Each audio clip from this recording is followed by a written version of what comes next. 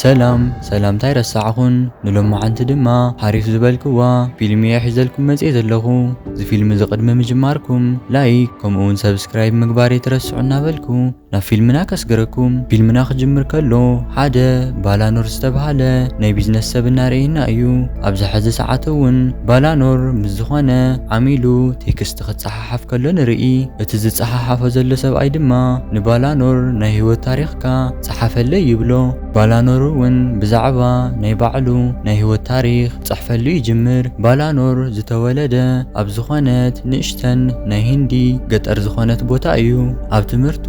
ኣዝዩ ንፉዕን ጎበዝን እዩ ነይሩ ኣብ ክላሱ እንግሊሽ መፅሓፍን ምዝራብን ዝኽእል እሱ በይኑ እዩ ነይሩ ናይ ሕክምናን ካልኦት ዝተፈላለዩ ወፃእታት ተውፅእ ዓባይ እያ ነይራ ባላኖር ብትምህርቱ ኣዝዩ ንፉዕን ጎበዝን ስለ ዝነበረ መማህራኑ ኣብ ዓብይ ደረጃ ከም ዝበፅሕ እዮም ዝሓስቡ መምህሩ እውን ፀዊዑ ንዓብይ ትምህርቲ ቤት ሓደ መዓልቲ ክፅዋዕ ከም ዝኽእል ይነግሮ ነገር ግን ኣቡኡ ዝተለቅሖም ሰባት ስለ ዝነበሩ እቲ ገንዘብ ክኸፍል ስለ ዘይከኣለ ዓባዩ ንባላኖር ነቲ ኣቡኡ ዝተለቅሖም ሰባት ንክሰርሕ ትገብሮ ነይራ እያ በዚ ምክንያት እውን ድሕረታ መዓልቲ ናብ ቤት ትምህርቲ ከይዳ ይፈልጥን ካብ ግዜታት ሓደ መዓልቲ እውን ኣቡኡ ይሓምም ኣብ ጥቕኦም ሕክምና ወይ ድማ ሆስፒታል ስለ ዘይነበረ ኣቡኡ ኣብቲ ሰዓት እቲ ይመውት ኣብዚ ሕዚ ሰዓት እውን ባላኖር ትምህርቱ ገዲፉ ፈሓም ምስባር ዓይነታት ዝመሳሰሉን ስራሕቲ እዩ ዝሰርሕ ኣቡኡ ዝተለቅሖ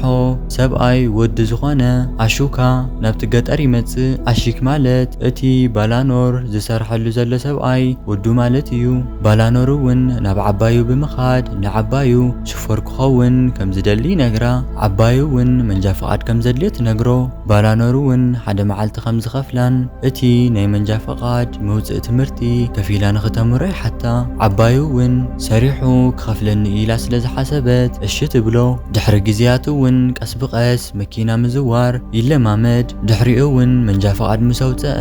ናብቲ መስርሑኡ ብምኻድ ናይ ኣሹካ ሹፌር ንክኸውን ይሓትት ደስ ብዝብል ኩነታት እውን ናይ ኣሹካ ካልኣይ ሹፌር ገይሮም እቶም በዓል ሃፍቲ ይቆፅርዎ ነገር ግን እቶም ቤተሰብ ዝተፈላለዩ ስራሕቲ እዮም ዘስርሕዎ ገዛ ክፀርግ ከምኡ እውን ናይቶም በዓል ሃፍቲ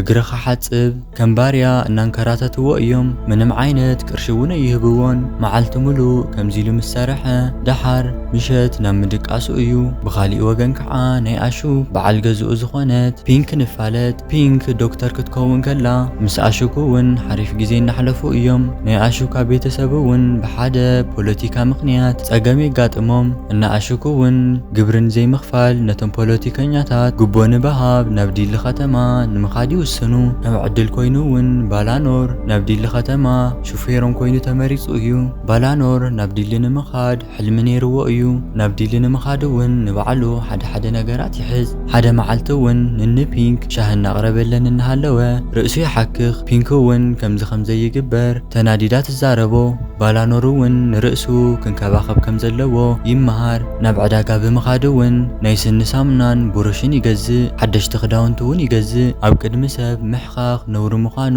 እስካዕ ሕዚ ኣይፈልጥን ነይሩ ናብ ገዝኡ ምስ ከደ እውን እቲ ዝገዝኦ ብሩሽን ሳሙናን ብምጥቃም ስኑ ክቡርሽ ይጅምር ነገር ግን ኣብ ስኑ ዝነበረ ረሳሓት ክለቅቕ ኣይከኣለን ምክንያቱ እውን ስኑ ንምፅራይ ሓደ መዓልቲ እኳ ንኽእዋ ይፈልጥን ናይ ቁልዕነት ግዚኡ ኣዝዩ ደስ ስለ ዝብሎ ክለቐቆ እኳ እንተፈተነ ነገር ግን ኣይከኣለን ካብ ካልኦት ቤተሰብ ኣንጻር እውን ኣሹክና ፒንክ ዝሓሸ የኽብሮ እየን ዝነበራ ሓደ መዓልቲ እውን ናይ ፒንክ ዓመት ይበፅሕ ዓመታ ንምኽባር እውን ናብ ዝኾነ ክለብ ይኸዱ ካብቲ ክለብ ክወፁ ከለዉ እውን ሰኺሮም እዮም ዝነበሩ ባላኖር እውን ኣብ ደገ ኮፍ ኢሉ ይፅበዮም ስለ ዝነበረ ሒዝዎም ይኸይድ ነገር ግን ሰኺራ ዝነበረት ፒንክ እቲ መኪና ተዘይዘወርክዎ ኢላ ተቸግሮም ትጅምር ባላኖር እውን ልዕሊ ሓለቅኡ ክኾን ስለ ዘይኽእል እቲ መኪና ይህባ ሰኺራ ዝነበረት ፒንክ እውን እናዘወረት እናሃለወት ንዝኾነት ቆልዓ ገጭያ ትቐትላ በቲ ዝተፈጠረ ነገር እውን ኩሎም ይድንግፁ ኣሺኩ እውን እቲ ዝተፈጠረ ነገር ኩሉ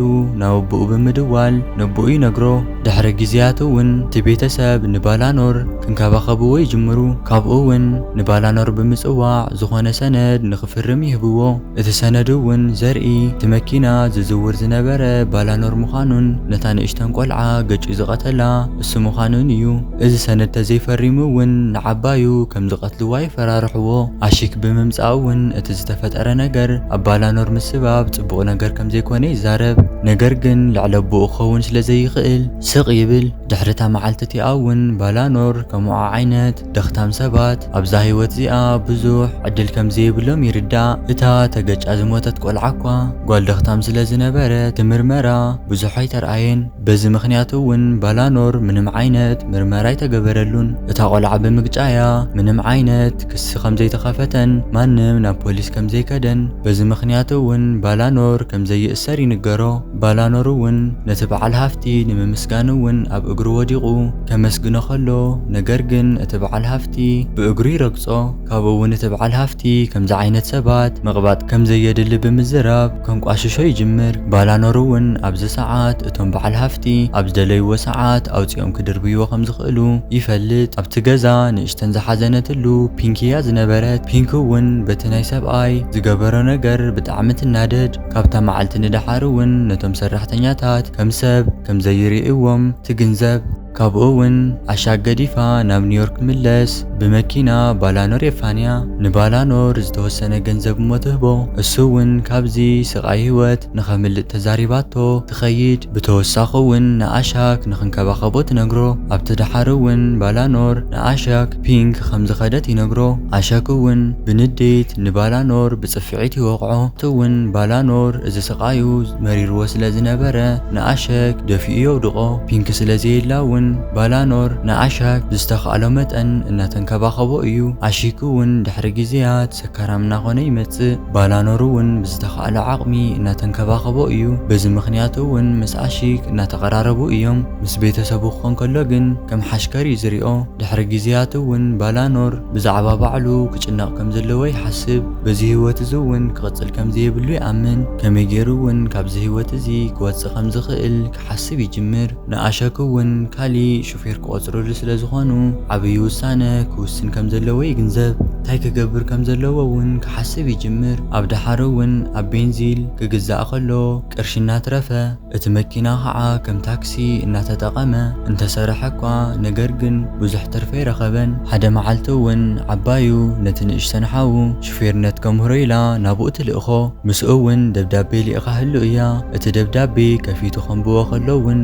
ዓባዩ ንዕኡ ትኸውን ሰበይቲ ከም ዘዳለይትሉ ይርዳእ ነገር ግን ባላኖር ነዚ ነገር እዚ ድልው ኣይኮነን ነይሩ ባላኖር ኣብ ህይወቱ ብዙሕ ነገር ክገብር ይሓሲቡ ነይሩ ባላኖር እውን ሓደ ሓሳብ ይመፀሉ እሞ ናይ መስተ ጥርሙስ ሰይሩ ኣብቲ መኪና ይሓብኦ ኣሺክ ነቶም በዓል ስልጣናት ዝወሃቦም ናይ ጉቦ ገንዘብ ብዙሕ ሒዙ ከም ዝነበረ ስለ ዝፈለጠ ካብኡ እውን ንኣሺክ ቀቲሉ እቲ ገንዘብ ሒዙ ንኽጠፍእ ይውስን ባላኖር እውን ኣብቲ ሻንጣ ዘሎ ገንዘብ ምስ ረኣየ ናቱ ናይ 4 ዓመት ደሞዝ ከም ዝኣክል ይፈልጥ ባላኖር እውን እንደምንም ኢሉ ምስ ባዕሉ እኳ እናተባእሰ እቲ ገንዘብ ንምስራቅ ይውስን ባላኖር እናዘወረ እናሃለወ እታ መኪና ከም ዝተበላሸየ ተምሲሉ ጠጠው የብላ ብምቕጻል እውን ንኣሺክ ወሪዱ ንኽሕግዞ ይነግሮ ድሕሪኡ እውን በቲ ኣብ መኪና ቀሚጥዎ ነበረ ጥርሙዝ ንኣሺክ ደጋጊሙ እናዋግአ ኣሳቒ ይቐትሎ ናብቲ መኪና ብምእታው እውን እናእወየ እናተሓጎሰ ካብቲ ቦታት ይኸይድ ካብኡ እውን ንምንኣስ ሓዉ ብምሓዝ ናብ ባንግሎር ከተማ ይጠፍእ ኣብኡ እውን ካብ ኣሺክ ሓደ ናይ ቢዝነስ ኣካይዳታት ስለ ዝተምሃረ ቢዝነስ ንምጅማር ይሓስብ ታይገር ዝተባሃለ ናይ መኪና ኣገልግሎት ዝወሃበሉ ድርጅት ይኸፍት ኣብ ዝሓዘ ሰዓት እውን ናይ ብዙሓት ሰራሕተኛታት ሓለቃ ከም ዝኾነን ካብቲ ከም ሰብ ዘይሓስቦ ናይ ቀደም ሓለቅኡ ዝሓሸ ሓለቃ ከም ዝኾነ ንርኢ ሰብ ዘኽብርን ሰራሕተኛታቱ እውን ከም ባርያ ወይ ድማ ሓሽከር ዘይኮነስ ከም ስሩዓት ናይ ስራሕ ሰባት እዩ ዝሪኦም እቲ ስርሑ እውን ጽቡቕ ይመጸሉ ንፖላይስ ግቦ ብምሃብ መንጃ ፈቃድ ዘይብሎም ሹፌራት ኣብ ስርሖም የውፅኦም ድሕሪ ግዜያት እውን ፍሉጥ ናይ መኪና ኣገልግሎት ወሃቢ ድርጅት ይኸውን ከም ሰራሕተኛ ሓደ ጸገማት ከጋጥሞም ከሎ ከም ናይ ባዕሉ ጸገም ገይሩ ይፈትሐሎም እዩ ዝነበረ ነቲ ንእሽተን ሓዉ እውን ትምህርቲ የጀምሮ ቤተሰቡ እውን እሱ ብዝሰርሖ ስራሕ ከም ዝተቐተሉ ይንገሮ ናብዚ ኩሉ ደረጃ ዝበፅሐ እቲ ገንዘብ ስለ ዝሰረቀ እዩ ነይሩ ሽሙ እውን ናብ ኣሸር ብምቕያር ካብ ተሓታትነት ነፃ ይኸውን። ፊልምና እውን ኣብዚ ውድእ እዚ ፊልም እዚ ከመይ ሪኢኹሞ ከም ዝፈተኹሞ ኣይጠራጠርን። ንኻሊእ ግዜ ከምዚ ዓይነታት ፊልምታት ንኽበፅሐኩም ሰብስክራይብ እናገበርኩም ናይዚ ቻናል ስድራ ኮኑ እናበልኩ ሓሳብ ወይ ድማ ርእይቶ ተሃሊኩም ድማ ኣብ ኮመንት ግደፉለይ እናበልኩ ንዓይ ክተበረታትዑኒ ተደሊኹም ድማ እዚ ቪድዮ እዚ ላይክ ምግባር ኣይትረስዑ እናበልኩ ሰሰናይ ንዓኹም።